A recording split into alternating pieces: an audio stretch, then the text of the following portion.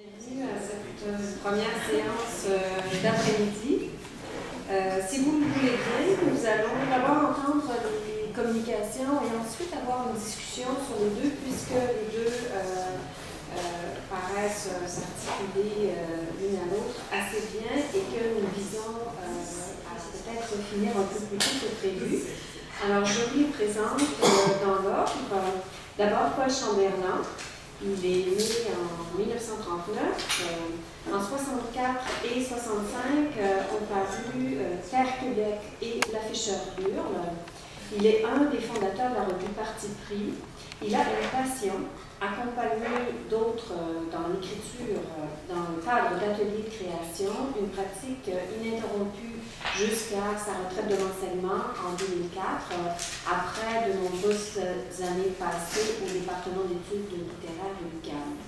Quelques titres récents: En nouvelle barbarie, Au seuil d'une autre terre, Une politique de la douleur, Comme une seule chair, Les pantins de la destruction. Il est récipiendaire du prix Athanas David en 2007 et membre de l'Académie des lettres du Québec. Sa communication s'intitule « Seul le poème parle ». Nous entendrons ensuite Filippo Palumbo, qui enseigne la philosophie au cégep Édouard-Montpetit.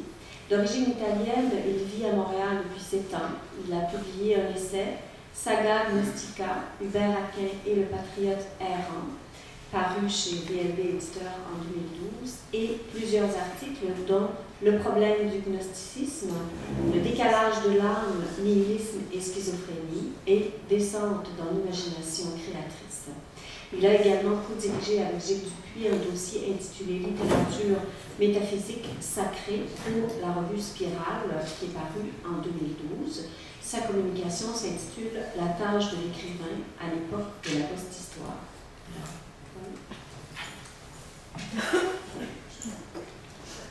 20 juillet 2015, je sais pas si je suis là. Ça va pour lui? Oui. 20 juillet 2015, le Comité des droits de l'homme de l'ONU publie un rapport dans lequel il dénonce la violation de ses droits au Canada depuis 10 ans. Le gouvernement Harper riposte aussitôt. Le Canada est le meilleur pays du monde. Nous sommes fiers de notre dossier en matière des droits de la personne ici comme à l'étranger. Le performatif monologique antidélibératif du pouvoir donne comme catégoriquement avéré un état de fait en opposant un démenti formel à des constats soigneusement documentés. Ne serait à tenir pour indiscutablement vrai que ce que Big Harper et sa bande ont décidé qu'il le serait. Cet avatar du bureau a du reste déjà déclaré imperturbable que le pétrole extrait des sables bitumineux était une ressource renouvelable, mieux, éthique. Dans les premières pages du roman de George Orwell, 1984, Winston Smith, le protagoniste, contemple d'une fenêtre inscrit sur la gigantesque façade du ministère de la Vérité les 3 slogans du parti. La guerre, c'est la paix, la liberté, c'est l'esclavage, l'ignorance, c'est la force. L'usage d'une autre langue, le parti l'a décrété obligatoire et il en assure par étapes l'implantation. Cette langue est systématiquement codifiée, comme l'explique Orwell dans un appendice, le principe du noble-langue. L'ingénierie noble-linguistique ne laisse rien état du lexique, de la morphologie et de la syntaxe. Le noble-langue constitue une altération radicale du langage.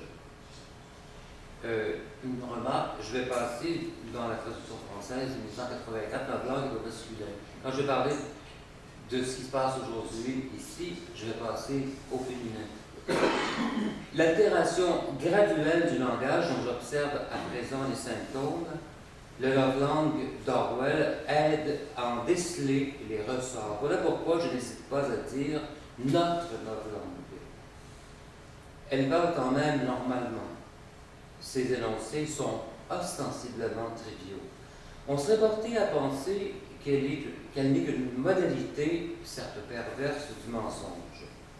Penser dans cette direction est insuffisant. Le mensonge implique un présupposé dont on ne s'avise guère en général. Quand on ment, on tient au fond pour acquis que le langage ne s'en trouverait aucunement entamé. On ne ferait qu'en user à sa contenance, à la manière d'un outil. On ne doute pas pour autant qu'on pourrait dire ce qu'on croit être vrai. La novlangue fait bon marché de pareilles convictions. En novlangue, on ne ment pas, on est passé au-delà ou en deçà de la démarcation entre le vrai et le faux. Pardon. On énoncerait strictement ce qui est, tout comme si la teneur de l'énoncé précédait le factuel auquel il prétend référer. Nos dirigeants politiques ont décidé d'imposer brutalement à la société des bouleversements majeurs et ils le font avec d'autant plus d'assurance qu'ils escomptent pouvoir faire admettre comme indiscutablement valide leur version du réel. Qu'ils cèdent de la sorte à un fantasme d'omnipotence, il n'est pas imprudent de le résumer, puisqu'ils trouvent un appui, je le dirai tout à l'heure, dans un dispositif de puissance effectivement bien installé dans le réel. Dans notre novlangue, l'altération du langage a déjà fait de notables progrès. Des expressions, des formules circulent dans l'espace public qui semblent tout à fait pertinents. Optimiser. C'est un bon exemple. Ce mot sert à promouvoir comme parfaitement justifiable la détérioration des services offerts par l'État comme la dégradation des conditions de travail du personnel, notamment en éducation et en santé. Je traduis, l'optimisation, c'est la destruction, certains ajouteraient après Schumpeter, créatrice. En voici d'autres dont je regrette de n'avoir pas le temps de les décoder, je vais me contenter de les traduire. Utilisateur-payeur. L'utilisateur-payeur, c'est le citoyen. La justice sociale a un coût, déclarait récemment le Cerbère du Trésor, Martin Poiteux. Traduction, la loi du marché, c'est la justice sociale. La dernière occurrence, sans doute la plus savoureuse, est de Guy Breton, recteur de l'Université de Montréal. Le cerveau des étudiants doit être adapté aux besoins des entreprises. Je tente de traduire. La formation universitaire doit être la production d'une marchandise hautement qualifiée. La voix sort de la machine. C'est quand même un homme qu'on entend. Le ton est monocorde, la voix posée, blanche. Cet homme est un ministre, le PDG d'une firme, un gestionnaire ou un expert appointé. Il énonce la loi du réel. Par exemple, à propos des conséquences d'un projet d'extraction minière ou pétrolière, il se défend bien de négliger l'intérêt public. Et avec une discrète componction, il insère en un endroit judicieusement choisi de son laïus le syntagme acceptabilité sociale. De quel réel parle celui qui s'attribue la prérogative de le modifier à sa guise? Des finalités ou des valeurs sont bien sûr présupposées, à la rigueur invoquées, mais il serait superfétatoire de s'y attarder, ça ne relève strictement que de l'opinion personnelle. S'aventurer sur ce terrain-là ne donnerait lieu qu'à des discussions oiseuses. On se déroberait ainsi à l'honnête souci d'efficacité requis pour mener à bien toute intervention jugée souhaitable, à laquelle seul le rigoureux exercice de calcul et de manipulation offre une garantie de succès.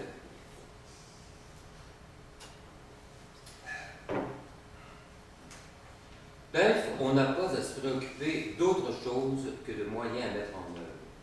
Tout le reste viendra par sur quoi? Pourvu que ça marche. On ne se laissera pas inhiber par des scrupules contre-productifs. Le devenir actuel de la société est impitoyablement assujetti au règne de ce qu'Agamben appelle des moyens sans fin, c'est-à-dire l'autonomisation de la rationalité instrumentale. Comment fonctionne le « ça marche » ? N'importe quelle instance n'a qu'une idée en tête, étendre le plus loin possible son rayon d'action.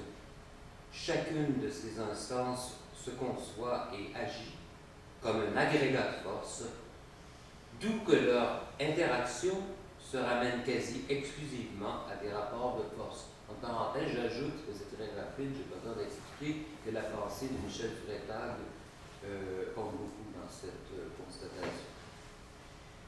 Dans ces conditions, l'exercice du discours doit performer selon de rigoureux calculs stratégiques. La voix qui sort de la machine, ventriloquée par des hommes qui ne croient agir que motivés par l'appât du gain, la soif du pouvoir ou l'attrait du prestige. La machine n'en fait pas moins les flexibles truchements de son impeccable novlangue. Son sujet de l'énonciation, on jurerait entièrement processé depuis un bain d'euphorique algorithme. La voix qui sort de la machine est celle d'un autiste social proactif, pour qui le facteur humain est une erreur corrigée. Là, je vais parler de choses connues. On doit au linguiste Roman Jakobson l'attribution de 6 fonctions au langage. La fonction poétique est l'une d'elles. Elle a pour propriété de mettre en évidence le côté palpable des signes. Elle fait du message une fait en soi. Il est centré sur lui-même. Jakobson propose évidemment le concept de fonction poétique en vue de déterminer les caractéristiques propres à l'œuvre littéraire. Toutefois, puisque la fonction poétique est inhérente au langage, elle est susceptible de s'actualiser à l'occasion de tout acte de parole. Elle peut donc l'être en n'importe quel locuteur, sauf Apple. Évidemment, Jakobson le reconnaît, et son célèbre exemple d'ailleurs dans l'essai I Like I, que c'était au moment des élections qui avaient porté à Eisenhower au pouvoir. J'appelle ce mode de la pratique langagière parler poétique.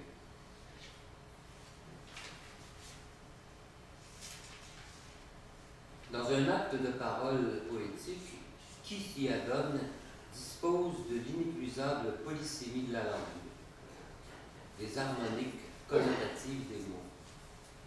En cela, son énoncé est inadmissible selon les prescriptions d'une langue.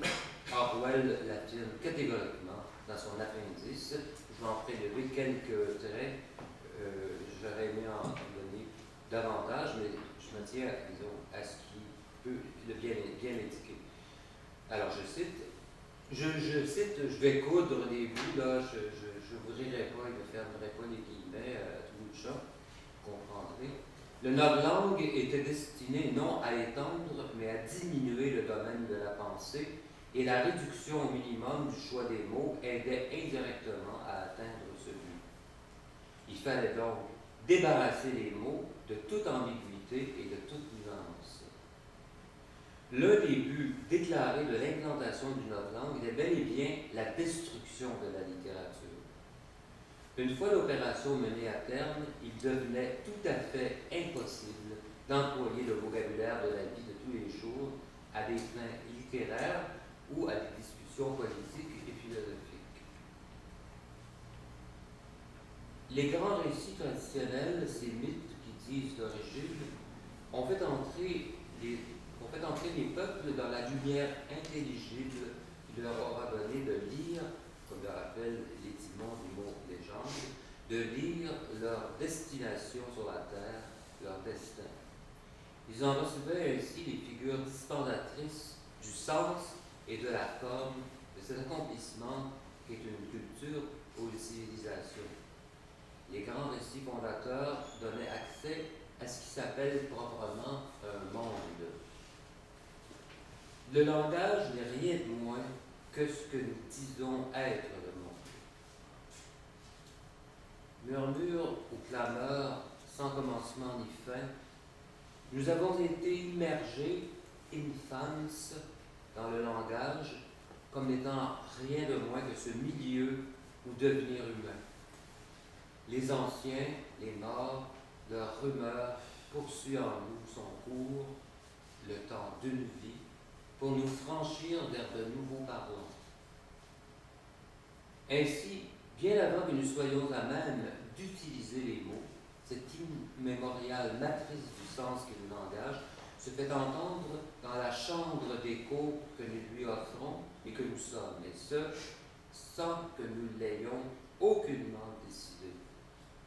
En tout acte de parole, peu importe que ce soit à notre insu, le langage nous investit, il nous parle. C'est pourquoi il est de fait possible de nous laisser l'entendre en et pour lui-même, et par suite de lui laisser, par notre écoute, l'initiative de dire, en des figures, notre monde. Les mots du poème, eux, dans l'exacte forme qui les tient ensemble, ont la propriété d'inscrire, comme par allusion, quelques référents, tout comme s'ils le produisaient eux-mêmes. L'absence de tout bouquet, la fleur mal armée. Le poème, en subordonnant la fonction référentielle, car il ne l'évacue aucunement, à la fonction poétique, la décale de telle sorte qu'elle semble s'exercer hors de toute visée extra-linguistique. Dans un poème, le langage se donne à entendre comme s'il était le monde. Le monde fait un avec le disciple, tout comme s'il surgissait à même l'énoncé. En accordant la plus vive attention au monde tel qu'il nous apparaît, en tant que disciple, le parler poétique a pour vertu de le préserver, de le soustraire aux assauts de l'insensé. L'attention optimale qu'un parlant dirige sur le langage lorsque, actualisant sa fonction poétique, il donne préséance à l'énoncé en tant que tel et pour lui-même, dispose à l'exercice soutenu qu'est la recherche de la justesse dans l'emploi des mots. En parenthèse, pour ceux qui le connaissent, ce mot-là est fortement connoté par Philippe Jacotet. Cet exercice, j'en discerne le mode d'effectuation de la façon suivante. Celui qui écrit un poème diffère l'exécution de son acte de parole en se donnant le temps d'entendre affluer en lui la rumeur provenue de tout le langage. Il s'accorde le délai d'une écoute patiente et perspicace, à la faveur de laquelle il est en mesure de discerner et de débusquer ces expressions convenues, sédimentées par des automatismes que laisse souvent passer tout acte de parole inattentif au fait de sa propre énonciation. Alors qu'on les croit transparents, bien les énoncés sont au contraire opaques. Et le réel auquel ils sont censés renvoyer s'est dérobé sans avoir, bien avant la dernière syllabe. Poésie, ma fraîche révélation de l'être, écrivait Gaston Léon. La langue comme s'il était le monde. Comme si le monde, à la faveur d'un poème, pouvait se renverser dans le disciple comme en un miroir. Dans un haïku, j'ai oublié l'auteur, peut-être qu'il y en a qui sauront. Enfin, dans un haïku, on entend rire des bambous qui dérobent à la vue des lavandières. Des lavandières et des bambous, quoi de plus commun? Là, tu vois, dans un certain contexte culturel. Le poème dit ce qui n'arrive qu'une fois. L'événement singulier, unique et tout entier scellé dans la tournure tout autant unique, singulière de son énoncé. Le monde n'est pas cette vague généralité que fait passer comme allant de soi le concept contenant. Le monde n'est pas davantage cette matière inerte, homogène, dont croit disposer à sa guise un extracteur de ressources naturelles. Le monde n'apparaît qu'une fois, ici, maintenant, en chacune de ses épiphanies. Le dire poétique, seul donne accès à cette puissance capable de soustraire le monde à sa banalisation qui peut être mortifère. Cette une fois du poème, vous l'aurez peut-être noté, c'est dans la 9e élégie de Rilke que je l'entends insister. Je cite: une fois chaque chose, une fois seulement, une fois et pas plus. Et nous aussi, une fois, jamais plus, mais d'avoir été une fois cela, ne fût-ce qu'une fois, d'avoir été terrestre ne semble pas révocable. Plus loin, toujours à propos des choses, il écrit: périssable, elle ne se fie à nous qui sommes les plus périssables. L'événement singulier, tel que le poème en dit la fugace épiphanie, requiert de celui qui l'écrit qu'il consente à faire face sans réserve au fait inéluctable de sa propre vulnérabilité, sa finitude. On aura beau se rêver omnipotent, l'univers, lui, ne sert à rien.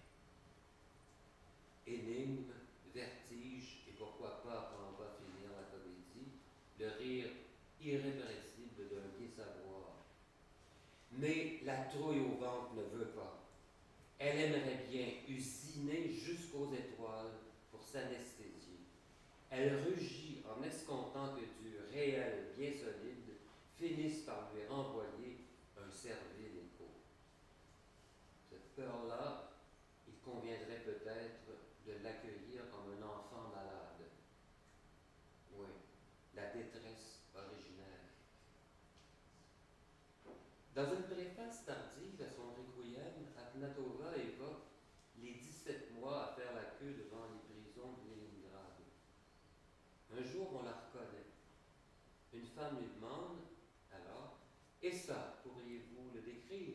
Et Akhmatova répond sans hésiter: oui, je le peux. La grande terreur, des milliers de pages l'ont raconté ou ont tenté de l'expliquer. Jamais elles n'auront pu en dire, comme la vingtaine de pages du Requiem, la fission du noyau d'humanité qu'elle aura été.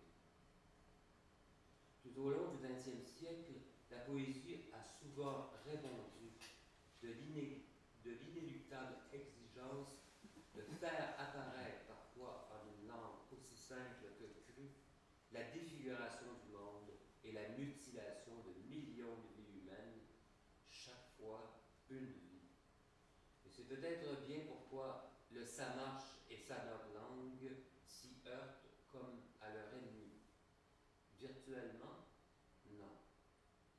Car l'assaut de l'insensé requiert, comme l'une des conditions indispensables à son triomphe, l'élimination du parler poétique en tous les parlants, la destruction de la littérature. Dans la phrase que j'ai retenue comme titre, la virgule qui détache légèrement le premier mot de ceux qui suivent fait toute la différence. C'est du fait même d'être seul, retranché, que le poème peut parler. Mais il lui faut alors compter, pour ainsi dire, que sur ses propres forces. Le poème parle. Ces mots sont bien sûr de Paul Celan, dans son Méridien, dont je cite en terminant quelques bribes.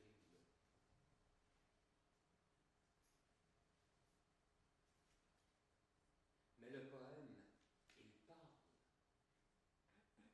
toujours et seulement en son nom propre. Il s'agit d'une parole actualisée, dégagée sous le signe